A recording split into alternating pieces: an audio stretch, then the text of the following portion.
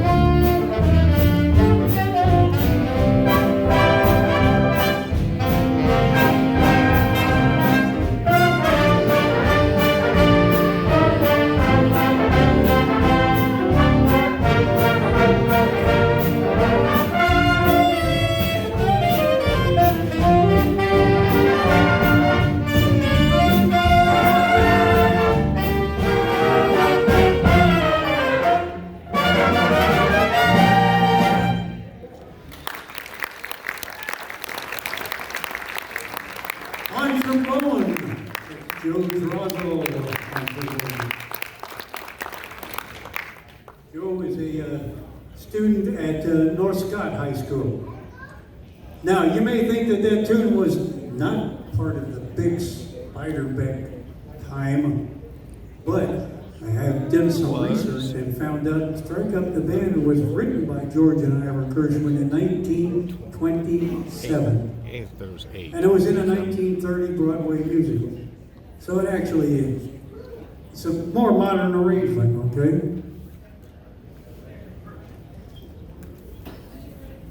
This next one's a little later, and this is April in Paris, and it's copyrighted in 1932. It was in a movie in 1952 with Doris Day and Ray Bolger. And if you remember when Basie did this is not Basie's arrangement, by the way. I have Basie's arrangement, but this is not it. We'll break that one out one of these days. Where Basie did it, he was one more time.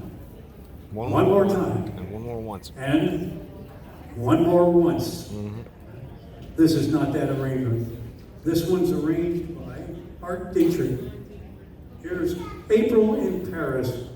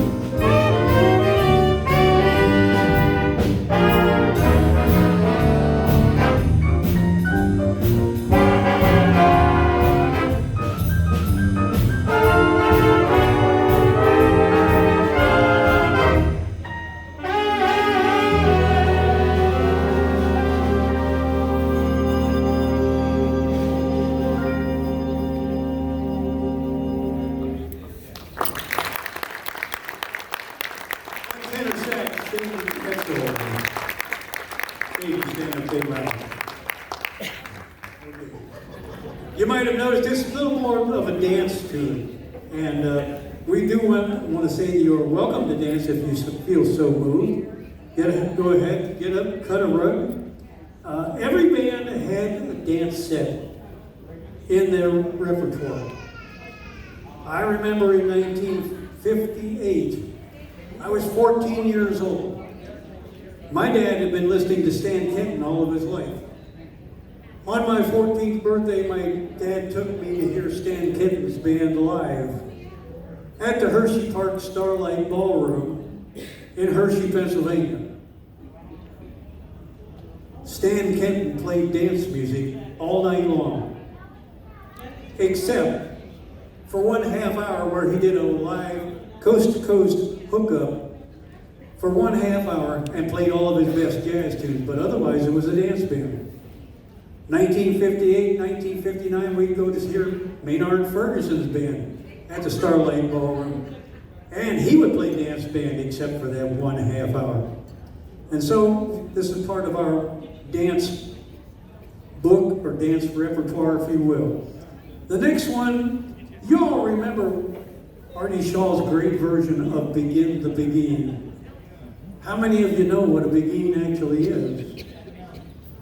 Okay, it's a dance. It's a dance that's very similar to the rumba. And it comes from the Caribbean, from the some of the American Antilles or whatever those islands are out there. But it's a dance. Now, we don't do Artie Shaw's version of it. I have it, but I'd like to demonstrate to you, if I could, another part of our dance repertoire and show you what a beguine actually sounds like. This is Begin the Beguine, but it is a beguine. 1935, Cole Porter wrote this on a cruise, probably in the Caribbean. Begin the Beguine. It's strategic.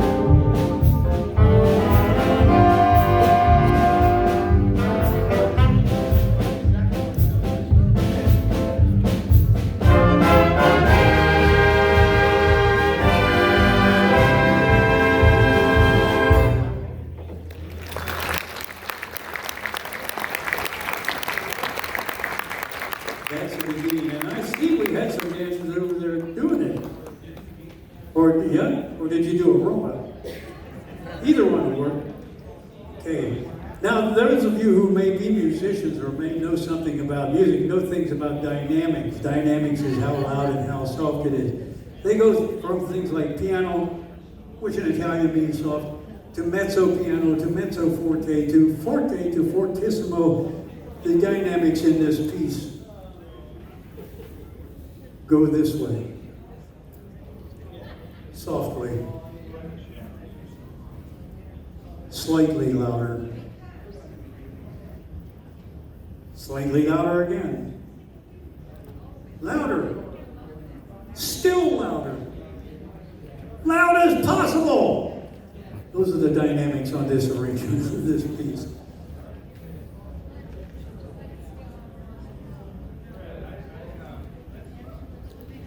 Now we are going to get to the good stuff, which would be the stuff from the big era.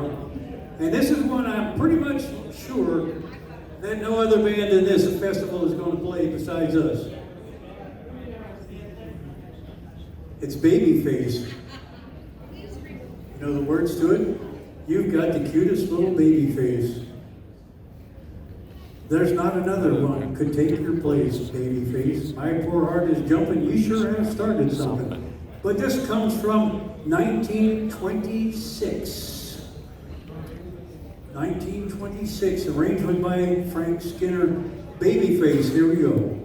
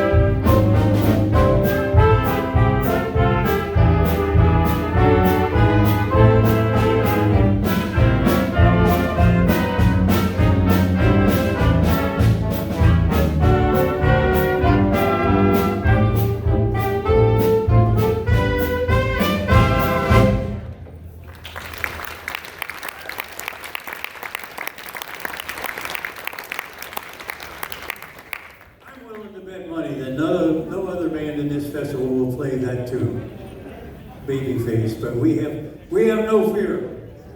We got another one later on in this week that we're going to play also that I can guarantee no other band is going to play. We got some old music with this band. I tell you, one of the great things about trying to lead this band is trying to teach teenagers how to play music that's older than I am. And folks, let me tell you, I'm pretty old. Yeah, I'm to the point where I'm about to fall apart. Okay, now we have a piano player over here. Every year we like to feature our piano player and play a tune that Bix wrote. Bix, you know, was a self-taught cornet player, but he was also a self-taught pianist and a self-taught music writer.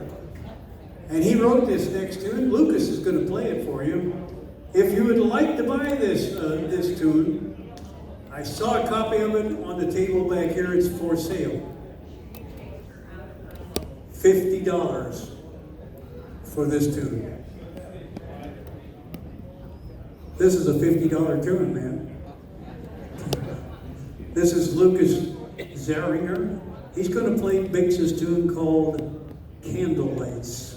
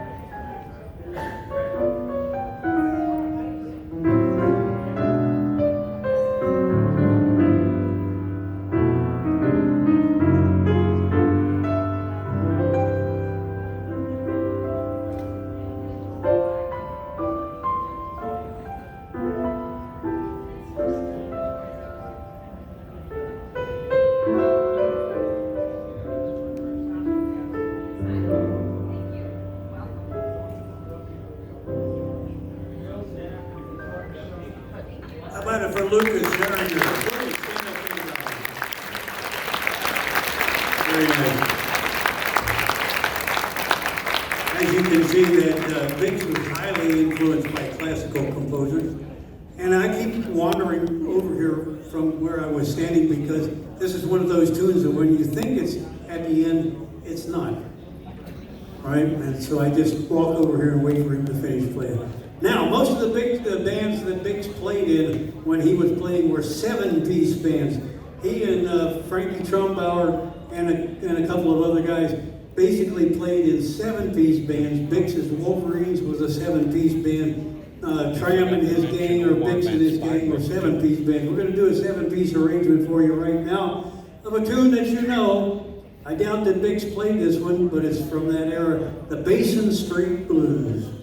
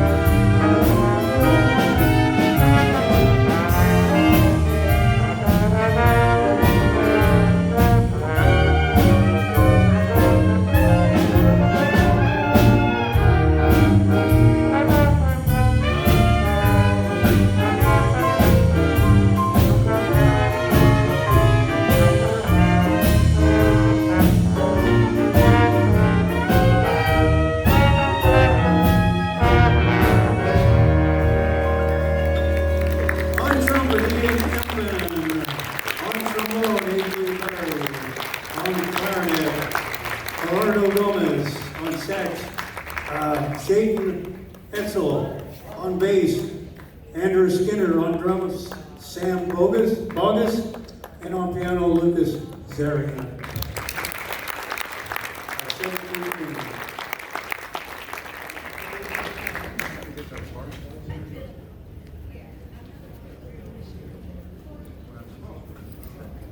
We'd like to do a tune for you now that was written back in the 1920s and by a guy named Kid Ory, who was a trombone player. And he wrote it and gave it the name Muscat Ramble. Not Muskrat, Muscat Ramble. Muscat being, of course, an adult beverage of the time. And the Muscat Ramble was written as a way to demonstrate what people were like walking, I guess, when they drank Muscat. When they went to put it on the recording executive said, "No, man, we can't put that name on a recording. Muscat? No, let's change it. Let's change it to Muskrat. That's much more acceptable." So from then on, it was called Muskrat Ramble, and you all know it as the Muskrat Ramble. The real name, now you know you've had a history lesson. You can write this down and pass Jeopardy with this one. Muscat Ramble.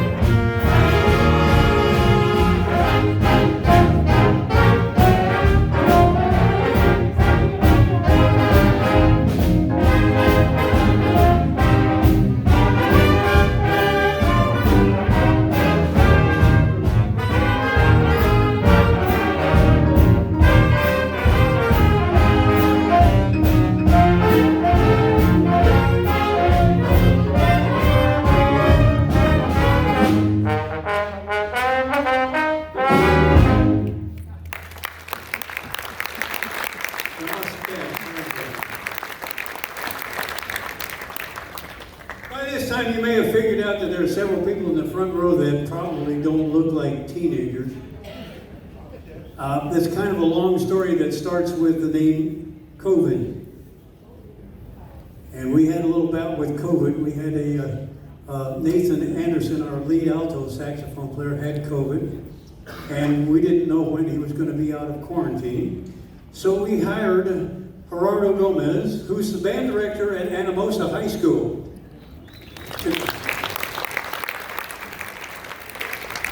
And we had Danelle Cavapo from the Quad Cities, who leads the Saxophone Christmas over at the mall. And she knew a couple of other people down on the end, Nolan Blotting. And you know what? You're so new to me, I can't remember your name, hon. Mary Varga. Mary Varga. And that's why they don't quite look like teenagers. But they've agreed to come and help us out. We really, really, really appreciate it. Nolan's still a teenager. Okay, we're going to run over by a couple of minutes. I hope that's all right with you. Are you enjoying the band? Thank you very much. Come back tomorrow night. Come back Saturday night. You'll hear mostly new tunes. There may be one or two that get repeated over the next 2 nights. But most of them will be different tunes than you hear tonight. And some of them will be more in the style of the Biggs era.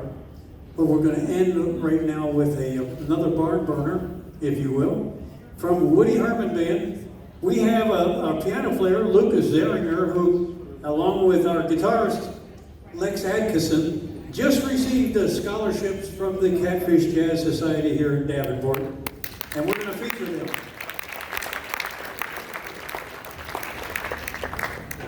So, and how many choruses? Huh? Okay. They're going to chicken out on me and do only 2 choruses. Okay. There's a challenge. Make it 3? You know what we're going to do 4. They normally do 4. We're going to have them do 4. All right, so Lex is going to play 4 choruses when we get in this, and then right after him, Luke is going to play 4 choruses, and then we're going to take it out. The Woodchopper's Ball.